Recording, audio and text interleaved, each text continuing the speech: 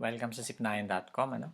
At ngayong araw pag-aaralan natin yung pang-apat na law of exponent, ano? But before that, i-review muna natin yung tatlo, ano? Pansamantala. Mabilis lang. So x to the m times x to the n equals x to the m plus n, ano? Ibig sabihin lang nito, pag may pareho kang base, and then meron kang exponent, you just add the exponent. And then the second law states that if you have x to the m, parentheses, raised to n, you just have to multiply the exponent x to the mn. The third law states that x to the y quantity raised to m is equal to x to the m y to the m. So, dito sa pangatlong law, kung maalala nyo, pag walang exponent dito is, ilagyan lang natin yan ng 1. So, 1 times m is m, and then 1 times m is also m here. Okay?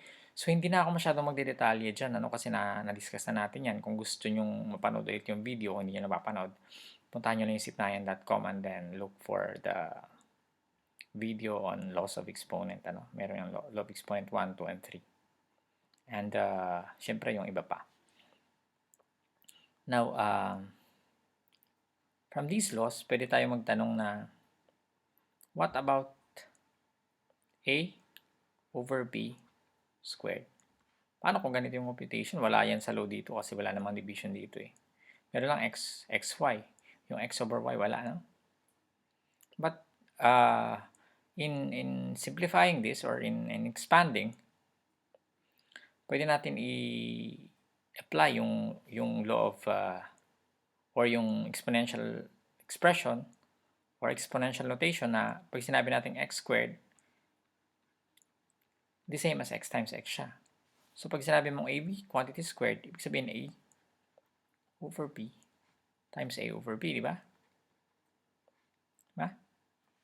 Which is, pag nagmumultiply ka ng fractions, anong ginagawa natin? Minumultiply natin yung numerator. So magiging a times a, and then yung denominator b times b, which is equal to a squared over b squared. By the way, b is not equal to 0 ito, no? Next, number 2. What about m to the fourth over n to the fifth, kunwari. And then, cubed naman siya, cubed. Okay? So, mangyayari is cubed ito. So, m to the fourth over n to the fifth. Tatlong beses, ano? Isa. N to the fifth times quantity m to the fourth, n to the fifth. Again, pag nagmamultiply ka ng fractions, i-multiply mo lahat yung numerator, which is m to the fourth times m to the fourth times m to the fourth. Medyo madetalye dito kasi kinuha natin yung law, ano? And then yung n to the fifth times n to the fifth times n to the fifth. So, anong sinasabi ng law of exponent 1 pag meron kang minumultiply na pareho yung expression? Ina-add mo, di ba? So, magiging m to the fourth plus 4 plus 4. Sorry. Burahin natin. Hindi maganda. M to the 4 plus 4 plus 4 over n to the 5 plus 5 plus 5, which is equal to m to the 12th over n to the 15th. So m to the 4th over n to the 5th is equal to m to the 12th n to the 15th. So mangyayari pala dito, this is cubed, sorry. So mapansin nyo, para siyang minultiply lang, parang minultiply lang natin yung exponent, ano? Okay? Actually, kung titignan mo dito, kung titignan mo yung detalye, m to the 4th cube, di ba? So magiging m to the 4th cube yung numerator niya. Cubed over n to the 5th cubed. No? Sabihin, pag meron pala tayong ganito, yung fraction siya, pwede nating unahin muna yung numerator, and then i-cube natin, and then yung denominator, ihiwalay natin. And i-cube rin natin, ano? And then equals m to the 12th over n to the 15th. So, justified naman yung pag-multiply, ano, yung 4 times 3, magiging 12. 5 times 3, magiging 15. Kasi, for example, bakit ka nag 4 times 3? Dahil, nag-add ka ng 4, no, na 4. So, adding 3 fours is the same as multiplying 4 by 3. Also, pareho rin siya sa n to the 5th, ano? You added 5 3 times, kaya siya naging 5 times 3, ano? So, from here, from this principle or from this concept, pwede natin kunin yung x over y raised to m, ano?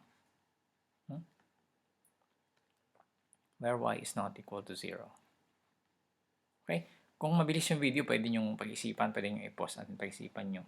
Magiging equal to, dahil tuloy-tuloy kasi ito x to the m over y to the m. Okay? So, katulad nito, dinistrib, parang minumultiply lang, ano? Ang problema lang dito, hindi problema, but the concept here is that the power of x and y are both 1. Kaya ang pagmumultiply lang natin m. Magiging x to the m kasi 1 times m is m. And then y to the first power times m, which is y raised to m. Okay? So, yan na yung exponent or law of exponent number 4. Ano? Sorry, mali pa yung aking pagka-number dito. So, this is law of exponent number 4. Siguro mag-another example pa tayo. Ano?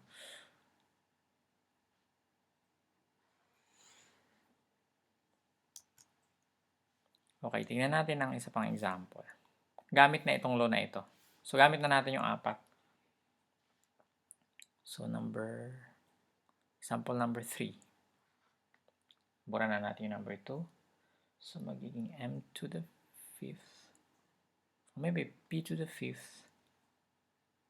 Q to the 7th. To the 5th, kunwari. So, magiging, ganito siya, no? Magiging, multiply natin yung exponent.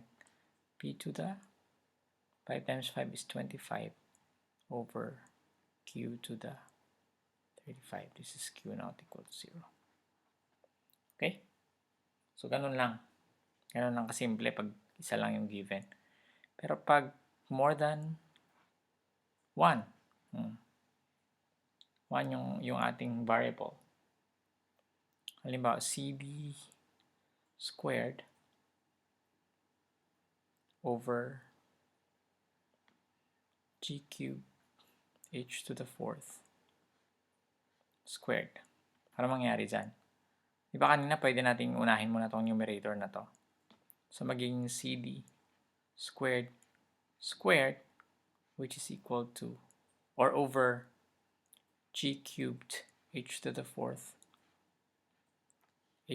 squared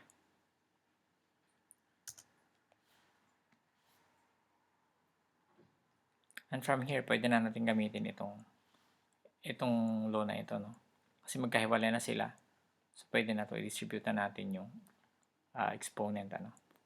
So C squared 1 times 2 is 2 and then D 2 times 2 is 4 over, and then 2 times 3 is 6 and 2 times 4 is 8 with G not equal to 0 and H not equal to 0. Okay, so ito na yung final na sagot natin, ano? This is the final answer. And I think siguro pwede na itong examples. Magsusolve na tayo siguro later na mga more examples.